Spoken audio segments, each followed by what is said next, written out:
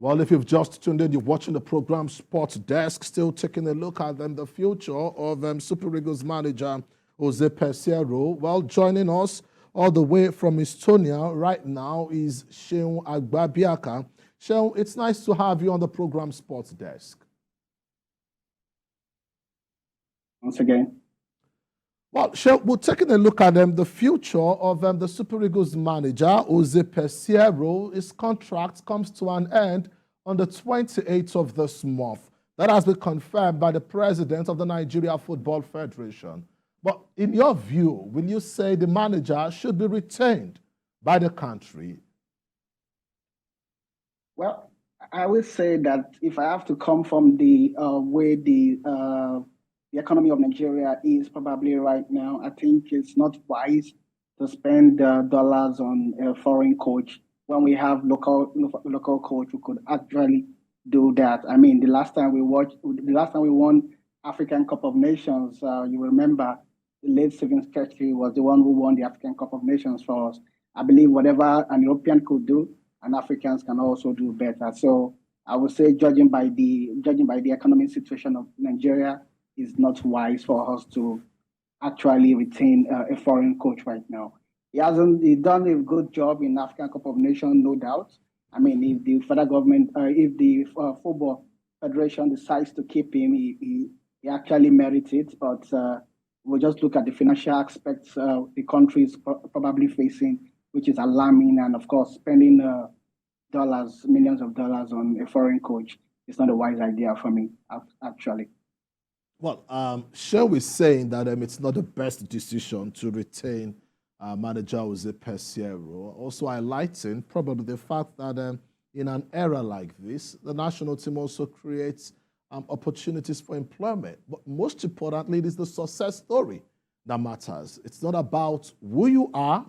Can you do the job? Can you deliver? Although there are instances where people will say you hardly see a foreigner win the FIFA World Cup trophy.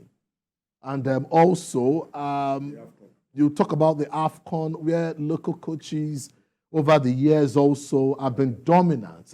This year's edition was won by a local coach, and he also used the example of Emerson Faye, the Ivorian assistant coach, who took over from the sacked foreign coach. And do you think this will indeed go down well with football lovers in this part of the world, if you consider how the AFCON brought Nigerians together? Yeah. The issue of Super Eagles goes beyond AFCON. We are preparing for the World Cup. I see Nigeria, the quarterfinals. We can stroll into the quarterfinals of any World Cup. But I said one thing, I will go for a local coach on the condition that will be respected as much as you respect the foreign coach. There's no point bringing a local coach that will be a messenger. You need a local coach who can be in charge of the team. Where is the Michael Lemenalo? This is one man who has experience identifying good talents. He knows, how to develop players. Why are we not tapping, from his wealth of experience? I can assure you that Michael Emenalo is ready to support the Nigerian football system. I was in Saudi in December and we were together. But today, the Michael Emenalo that you knew then is probably the biggest football administrator in the world. In the world. One of the biggest you can talk of today. So does he have the time? So that a lot will be done to get his attention. He spoke out in favor of Nigeria. He is a man who is passionate about the Nigerian football system. But like I said, with the present board of NFF, under the leadership of Alhaji Gusau, I can tell you, we can achieve a lot.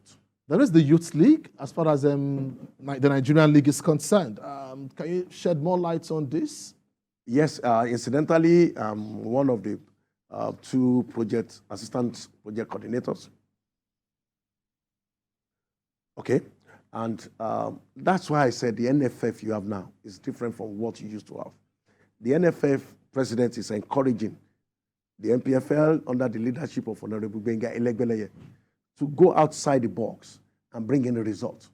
And the best thing to do is to make sure that the MPFL can start from the grassroots, can be promoted from the grassroots.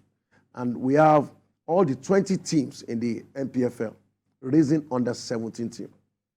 We had under 17 teams in 20 centers. And we divided them into 5 zones.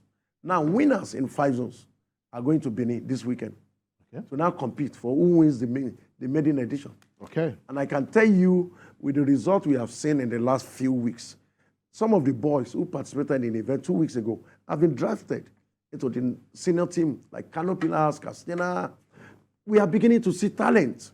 And I can tell you, if any player can play for 2-3 years, that means in the nearest future, we see a genuine 19-year-old boy playing for Super Eagles.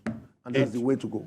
Interesting. Well, Seun Agbabiaka, in 30 seconds, if you are saying that a local coach should take over from Jose Peseiro, who will you be thinking of, or who will you recommend at this point in time?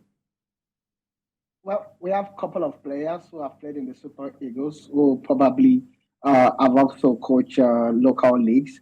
But in my own, I mean, it's going to be a selection by not by preference, but I mean, by capacity, yeah. And then there has to be a very known player who I would believe that the players, Nigerian players, Super Eagles, will have a lot of respect for.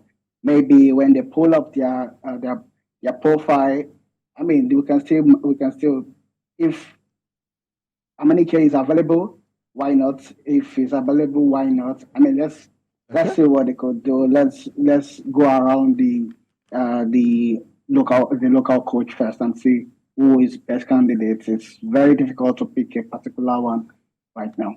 Well, I must say a very big thank you. Seun Agbabiaka saying Emmanuel Amunike fits the bill. Let's keep our fingers crossed.